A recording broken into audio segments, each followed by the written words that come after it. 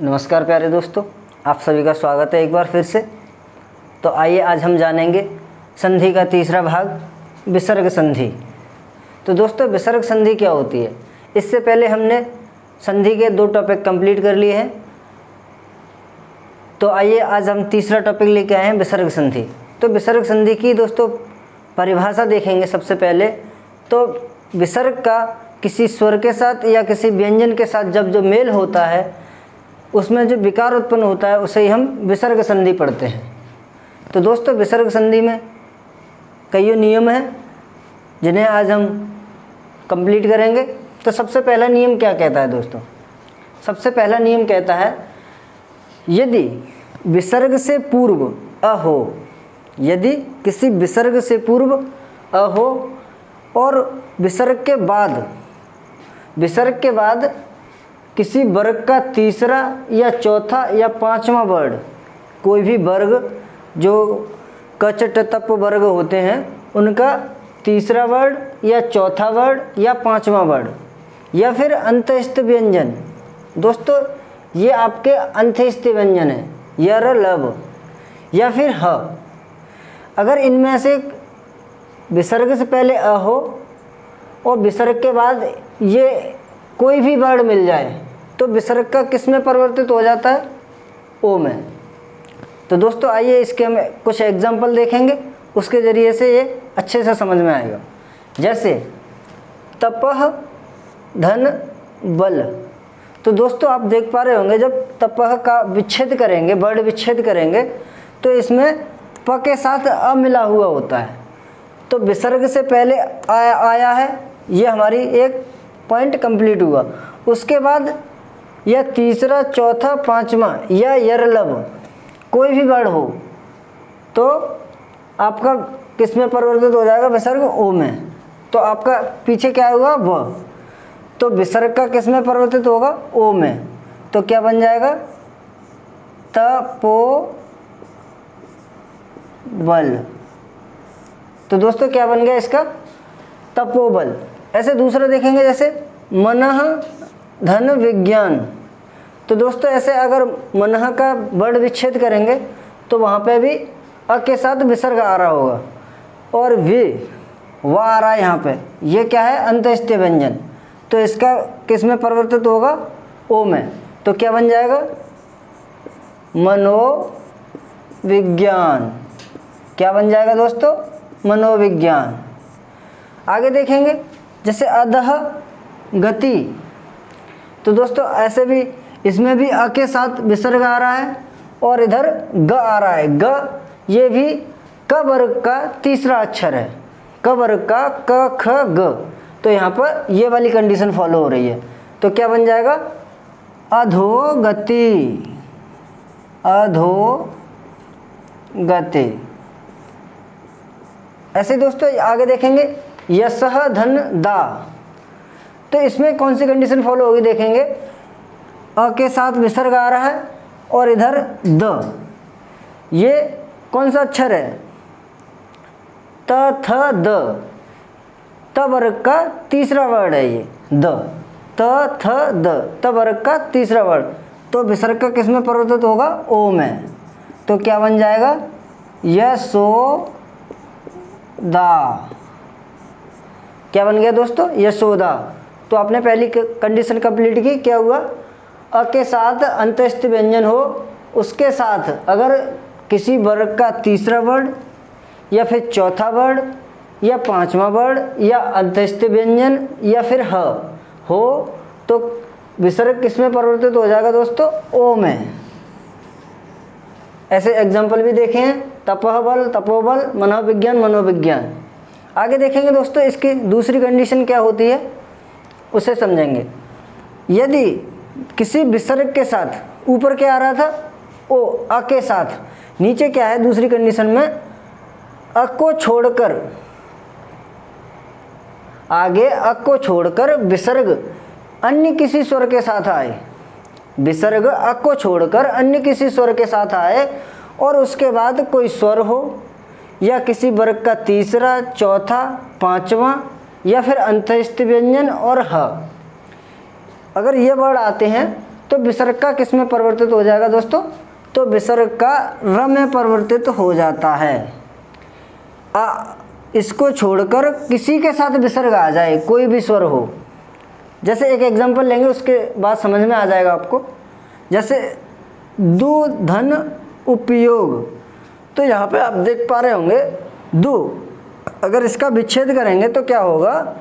The धन अ, और इसके साथ ये विसर्ग आ रहा है, तो क्या हो जाएगा? अ को छोड़कर दे रहा था, तो अ के छोड़कर उ आया हुआ है यहाँ पे, तो और पीछे क्या आया हुआ है? स्वर, किसी स्वर। तो इसका परिवर्तित किस में हो जाएगा? र में। तो क्या बन जाएगा?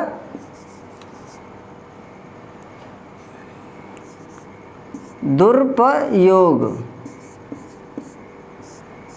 क्या बन गया दोस्तों आपका? दुरुपयोग। ऐसे देखेंगे आसी धनवाद, तो दोस्तों यहाँ पे भी ई के बाद विसर्ग आया हुआ है और पीछे का आया हुआ है वो क्या होता है? अंतस्थ व्यंजन।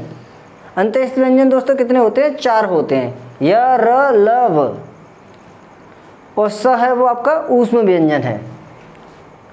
तो यहाँ पे व आया हुआ है अंतस्थ व्यंजन, तो विसर्ग का किस में परिवर्तित होगा? र में। तो क्या बन जाएगा? आशीर्वाद। क्या बन गया दोस्तों? आशीर्वाद। ऐसे ही देखेंगे निधन अर्थक, तो इसका क्या बनेगा? ई के साथ विसर्ग आया हुआ है और अंत में क्या है? कोई स्वर। तो स्वर के कंडीशन ये लिखी हुई है, स्वर के बाद भी क्या होता है? र में परिवर्तित हो जाता है। तो क्या बन जाएगा? निरर्थक।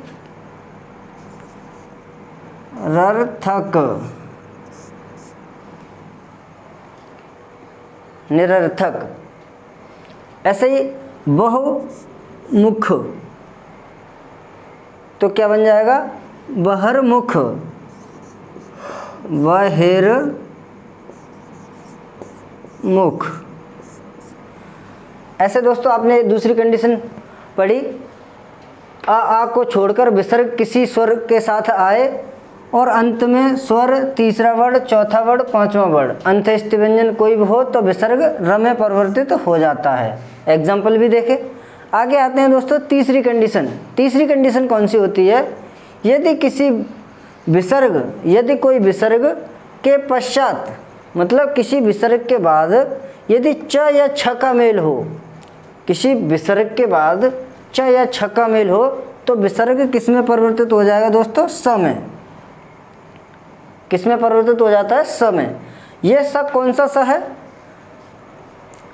तालव्य स है। कौन सा स है? तालव्य। इसे कौन सा स पढ़ते हैं दोस्तों? तालव्य स। तो क्या हो जाएगा इसका? निधन चिंत, तो बन जाएगा निश्चिंत। क्या बन गया दोस्तों? विसर्ग का समय परिवर्तित हुआ, इसके साथ साथ आ गया, तो निश्चिंत। ऐसे ही दुहधन चरित्र, तो क्या बन जाएगा दोस्तों इसका? दुश्चरित्र। तो दोस्तों आपने तीसरी कंडीशन क्या पढ़ी थी? विसर्ग के पश्चात च या छ आ जाए तो विसर्ग स में परिवर्तित हो जाता है। तो ऐसे निधनश्चिंत बराबर निश्चिंत, दुधन चरित्र बराबर दुश्चरित्र। तो आइए आगे देखेंगे नियम नंबर अगला। यदि विसर्ग के साथ क ख ट ठ या प फ हो, दोस्तों अगला नियम क्या है? यदि विसर्ग के बाद क ख ट ठ प फ हो तो विसर्ग का स में परिवर्तित हो जाता है। ये कौन सा स है दोस्तों? मूर्धन्य। इसे कौन सा स बोलेंगे? मूर्धन्य स। तो विसर्ग के बाद क ख ट ठ प फ हो तो मूर्धन्य स में परिवर्तित हो जाता है। एग्जाम्पल देखेंगे तब समझ में आ जाएगा आपको अच्छे से।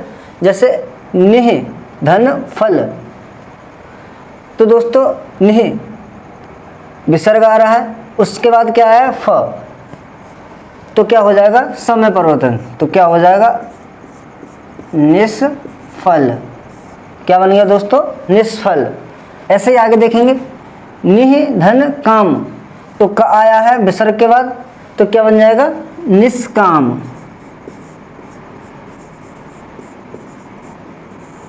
निष्काम। समझ में आया होगा दोस्तों आपको।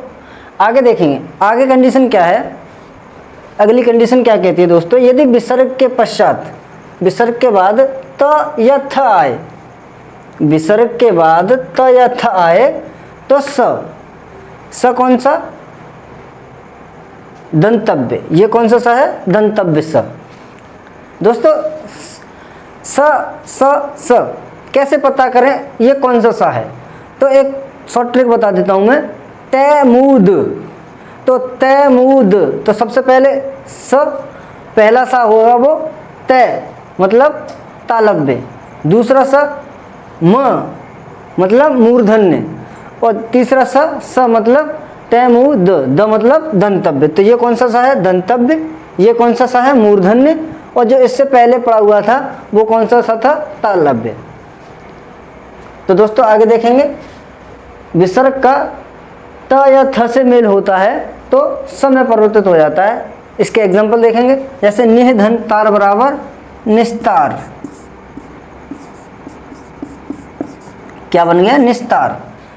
उसके पश्चात देखेंगे दुह धन तर बराबर, क्या बनेगा, दुह धन तर मिलके क्या बन जाएगा, दुस्तर, दुस्तर, क्या बन गया दोस्तों, दुस्तर। अगली कंडीशन क्या कहती है दोस्तों इसकी, यदि किसी विसर्ग का मेल क या प से होगा तो उसका कोई परिवर्तन नहीं होगा। जैसे आप एग्जांपल देख रहे हैं, प्रातः धन काल, तो क्या हो जाएगा, प्रातः काल। जैसे अधः धन पतन, तो क्या हो जाएगा, अधः पतन। दोस्तों इसमें कोई परिवर्तन नहीं होगा विसर्ग का। ये जो कंडीशन है, विसर्ग के पश्चात क या प हो तो विसर्ग का कोई परिवर्तन नहीं होता है। आगे देखेंगे दोस्तों, इसकी अगली कंडीशन क्या है, यदि ई या ऊ के पश्चात विसर्ग हो, यदि ई या ऊ के साथ में विसर्ग हो और उसका मेल र से हो रहा हो, ई या ऊ के साथ विसर्ग हो और उसका मेल र से हो रहा हो, तो इनका परिवर्तन, इनके दीर्घ रूप में परिवर्तन हो जाता है इनका। जैसे ई का बड़ी ई से, ऊ का बड़े ऊ से। जैसे एग्जांपल देखेंगे,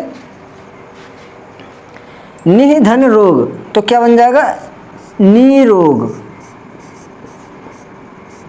निरोग। जैसे दुह धन राज, दुह धन राज बराबर दुराज। तो दोस्तों आपने विसर्ग संधि की सारी कंडीशन कंप्लीट कर ली है। तो दोस्तों कैसी लगी आपको वीडियो, कमेंट करके ज़रूर बताएं। अगर वीडियो अच्छी लगी हो तो लाइक करें, चैनल को सब्सक्राइब करें। धन्यवाद, जय हिंद।